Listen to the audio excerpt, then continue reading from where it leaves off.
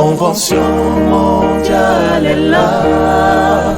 Le Seigneur nous a exaucés. Nous voici rassemblés, venant de 107 nations. Le Seigneur a été fidèle. Il a entendu nos cris. Ce projet de son cœur, il l'a accompli.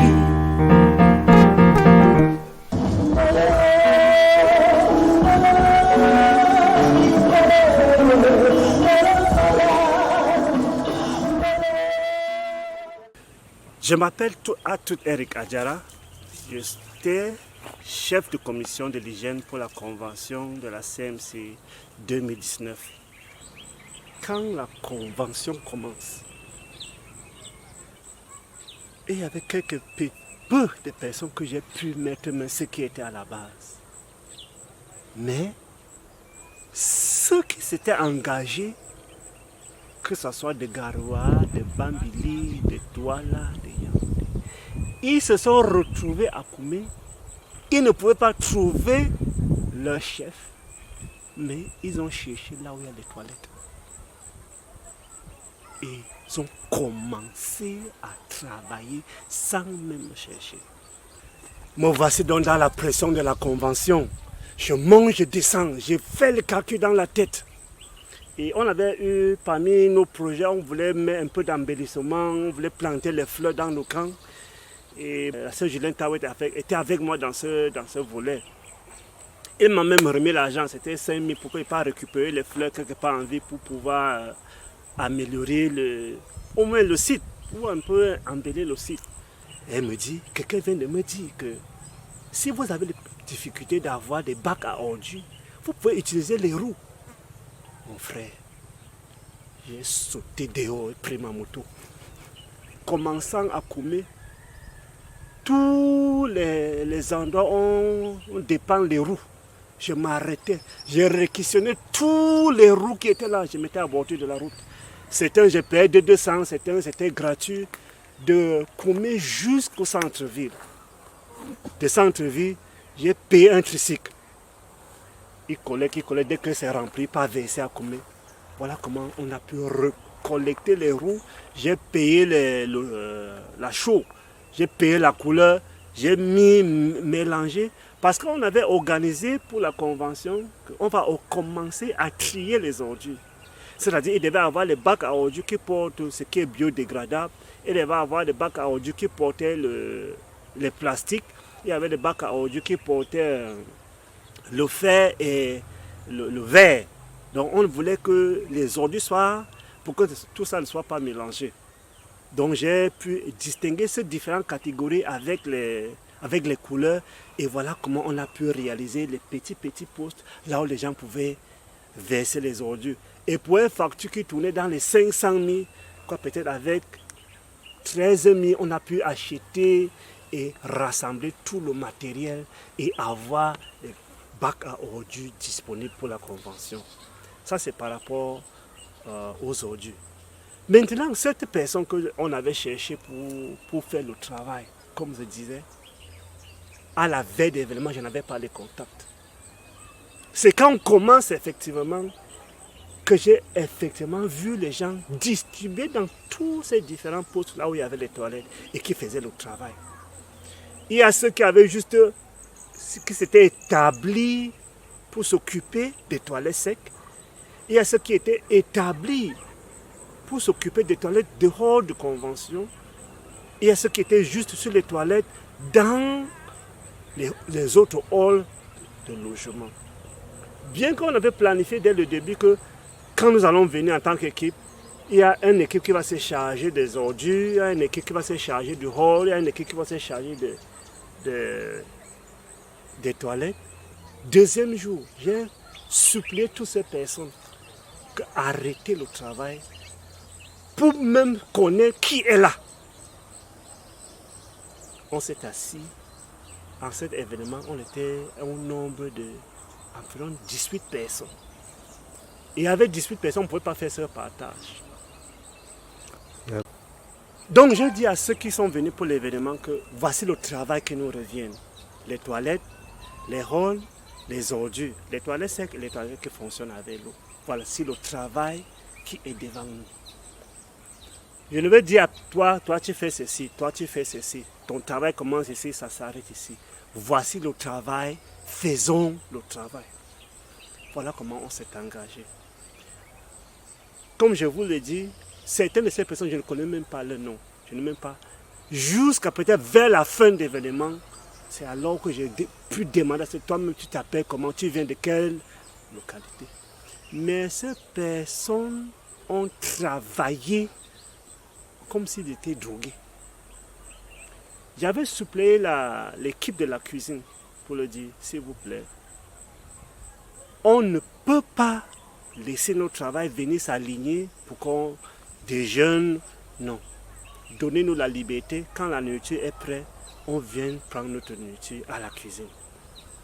Donc il y avait ceux de l'équipe qui se chargeaient, malgré leur travail, à l'heure de la cuisine, ils portent les seaux, ils portent les sacs, ils portent les thermos et les gobelets, ils partent à la cuisine, ils récupèrent la nourriture et ils passent servir les frères dans leurs différents postes de travail.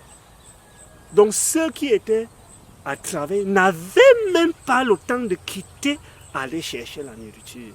Ils mangeaient sur place. On avait pensé que pour la convention, il nous faut peut-être un bâtiment là où nous tous on va se réunir là-bas et peut-être partager comment le travail évolue. Mais on n'a pas pu avoir. Et pour certaines de ces personnes, j'ai dû leur supplier de ne pas dormir dans les toilettes. Il y a une sœur, dès qu'elle est venue, elle a gardé ses choses dans la toilette. Elle a travaillé dans la toilette et c'est de la toilette qu'elle est rentrée. Toutes les autres choses qui se passaient pour la convention, elle, c'est des toilettes. Et ces frères ont travaillé. Et il y a des missionnaires qui ont dit que mais vous avez une grande équipe de personnes formées pour s'occuper des toilettes. Et c'est sans savoir que certaines de ces personnes, peut-être c'est la première fois qu'ils ont fait ça.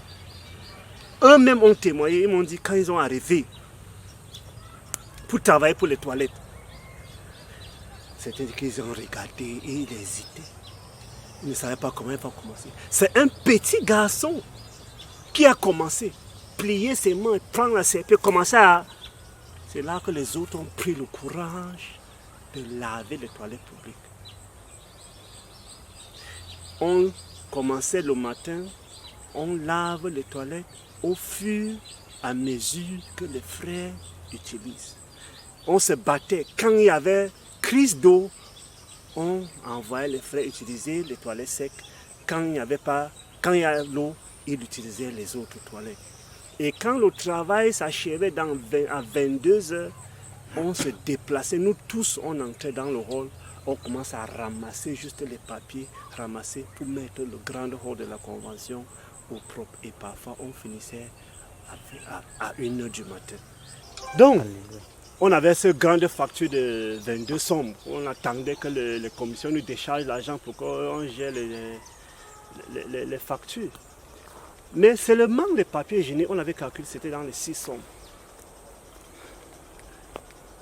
Quelques jours avant l'événement, quand les chefs de commission se réunissaient pour évaluer, voir là où le travail se trouvait, j'ai présenté ces factures. J'avais déjà fait les arrangements avec les grandes sociétés de papier hygiénique à Douala. Ils attendaient juste que j'envoie l'argent et que nous envoie le papier hygiénique. Quand j'ai présenté ces factures, la commission m'a donné 20 000 francs pour une facture de 6 sommes. Ils m'ont dit, prends, va faire des affaires pour vendre le papier hygiénique. 20 000 francs. Un ballot de papier hygiénique, c'est 6 500. Alors avec 20 000 francs, on a payé 3 ballots de papier hygiénique. On était supposé faire des affaires pour que ça tourne jusqu'à la fin de la convention. Mais quand on est venu avec ces 3 ballots, on a constaté que effectivement, Quand quelqu'un est déjà devant toi, il dit qu'il veut utiliser la toilette, et tu dis qu'il faut qu'il achète le papier hygiénique, il peut ne pas avoir l'argent. L'argent peut être loin. Alors qu'est-ce que tu vas le faire? Tu vas le laisser utiliser les toilettes sans papier.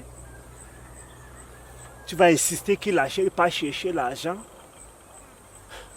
On a donc annulé l'option de vente. Tout ce qui venait, on le laissait, ils prennent, ils l'utilisent. Dès qu'il ressort, on leur dit, bon, on n'a pas assez, ça doit tourner. Donne-nous juste quelque chose, une contribution pour qu'on puisse tourner. C'est ainsi que certaines personnes venaient, utilisaient et n'avaient pas d'argent. Certains faisaient des promesses qu'ils vont venir donner l'argent. Certains donnaient 500, 100 francs, 50, 5000, jusqu'à 10 000.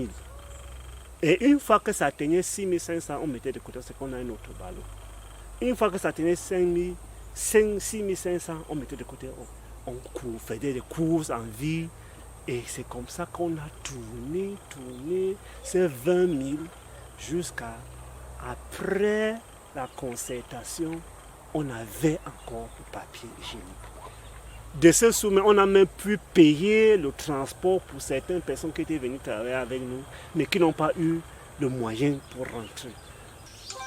Il y a une sœur, la sœur Odile, avec qui j'étais descendu à Douala pour un peu faire les spéculations, voir le prix au marché de tous ces matériels que nous avons besoin.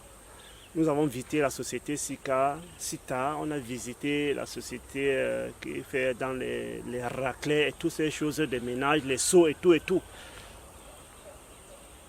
Quand on a fait toutes ces choses, elle est partie sur la France. Je ne sais pas ce qu'elle a partagé avec les frères, même en voit un coup de fil. Qu'il y a un frère, le frère Patrice Niami, nous a envoyé 500 € pour les papiers hygiéniques. C'était d'abord une grande soulagement pour nous. Et je l'ai appelé, un, pour le remercier, et deux, pour le supplier de me laisser mettre cet argent là où le besoin était plus pressant. Donc parce qu'on avait déjà épuisé toutes nos ressources pour faire les toilettes secs, personnellement était sec. C'est avec cet argent qu'on n'a pas pu payer tous ces matériels pour les ordures, tous les préliminaires. Voilà l'argent où on a pu gérer. Donc, de ces 22 millions, ces gros factures qu'on avait, voilà comment on a pu jongler et on a réussi avec l'événement. Autour, dans la commission, mes enfants étaient impliqués, mes petits amis au quartier étaient impliqués, les frères qui sont venus de Yaoundé étaient impliqués, ceux qui sont venus de Douala étaient dedans. En total, quand on a fini la première partie de la convention, on a décidé d'organiser un petit fête pour se réjouir pour ce travail abattu.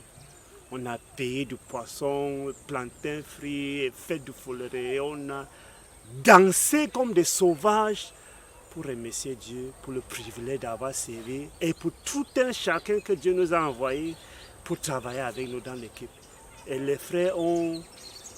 C'était glorieux. En total, on a pu avoir un four d'environ 40 personnes qui ont battu ce travail. Je disais qu'il y a eu deux conventions. Il y a eu la convention telle qu'on a conçue, telle qu'on a planifiée, mais il y a la convention telle que Dieu a fait. Nos calculs en termes de personnel, le budget d'argent, les répartitions de travail, Dieu a pris tout ça, mélangé et mis de côté. Et avec moins d'une somme, avec une équipe d'environ, au maxi 50 personnes, nous avons assuré la propriété pendant la convention. Le dernier miracle que Dieu a fait pendant la convention, c'était par rapport aux ordures. À un certain niveau, on était juste étouffé par les déchets qui sortaient de la convention. Donc on a créé une site Là, on partait juste verser, verser. C'était des tas et des tas, comme pour un petit village. Et après la convention, quand je suis allé regarder ce tas d'ordures, je me demandais qu'est-ce que j'allais faire avec. Les plastiques, tout mélangé sur des tonnes d'ordures.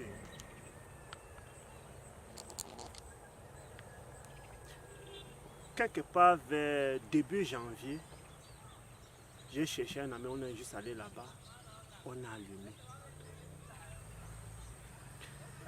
Des jours plus tard, quelqu'un qui avait vu cette tas d'ordures est venu me voir, il dit, vous avez fait comment? Vous avez versé quel produit, c'est ça?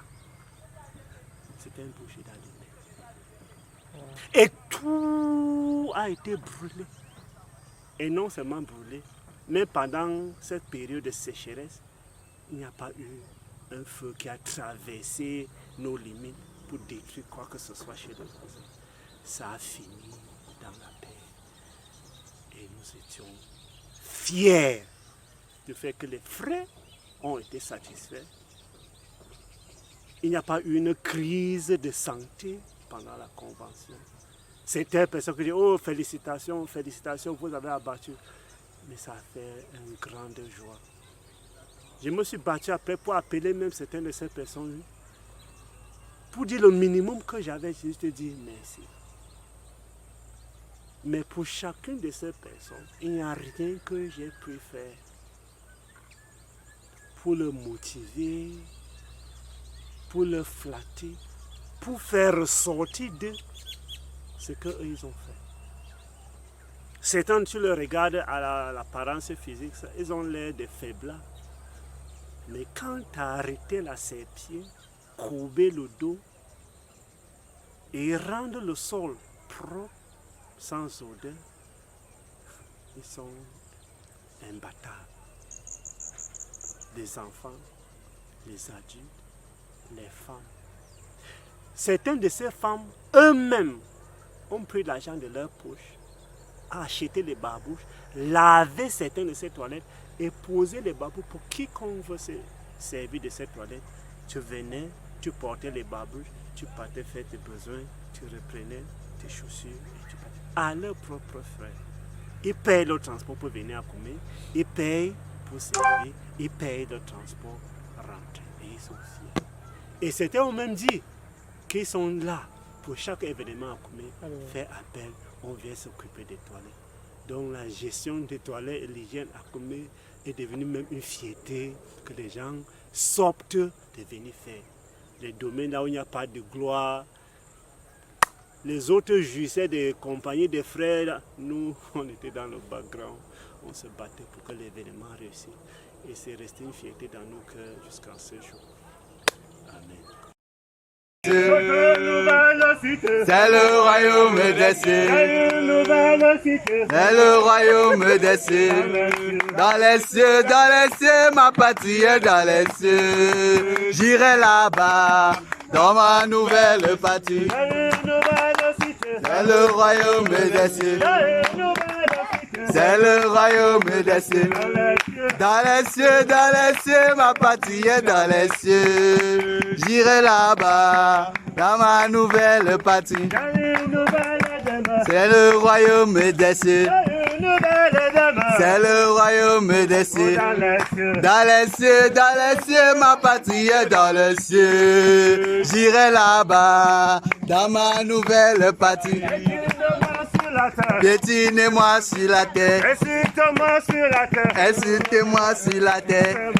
C'est ma gloire, c'est ma joie, ma patrie est dans les cieux. J'irai là-bas, dans ma nouvelle patrie. Insulte-moi sur la terre. Persécutez-moi sur la terre. Piétinez-moi sur la terre. C'est ma joie, ma patrie est dans les cieux. J'irai là-bas, dans ma nouvelle patrie. Insultez-moi sur la terre. Oh, méprisez-moi sur la terre. Ça fait quoi? C'est ma joie, ma patrie est dans les cieux. J'irai là-bas, dans ma nouvelle, dans ma nouvelle. Oui, c'est ma joie, ma partie est dans les cieux. J'irai là-bas, dans ma nouvelle. Oui, c'est ma joie, ma partie est dans les cieux. J'irai là-bas, dans ma nouvelle. Oui, c'est ma joie, dans ma nouvelle. Oui, c'est ma joie, ma partie est dans les cieux. J'irai là-bas, dans ma nouvelle partie, c'est ma joie, ma partie est dans les cieux. J'irai là-bas. L'hygiène en Jésus. Alléluia. En Jésus. Alléluia. Jésus. Alléluia. Alléluia. L'hygiène en Jésus. Amen. Amen. Amen. Amen. L'hygiène en Jésus. Amen. Alléluia. Amen. Amen. Amen, amen. Amen. Toilette en Jésus. Alléluia. En Jésus. Alléluia. Toilette en Jésus. Alléluia. Toilette en Jésus. Alléluia. Amen, amen.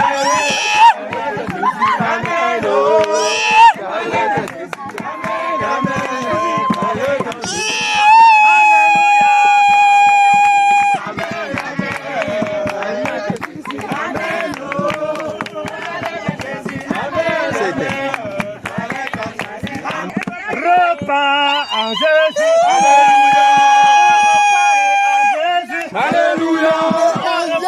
En Jésus. Alléluia. Repas en Jésus.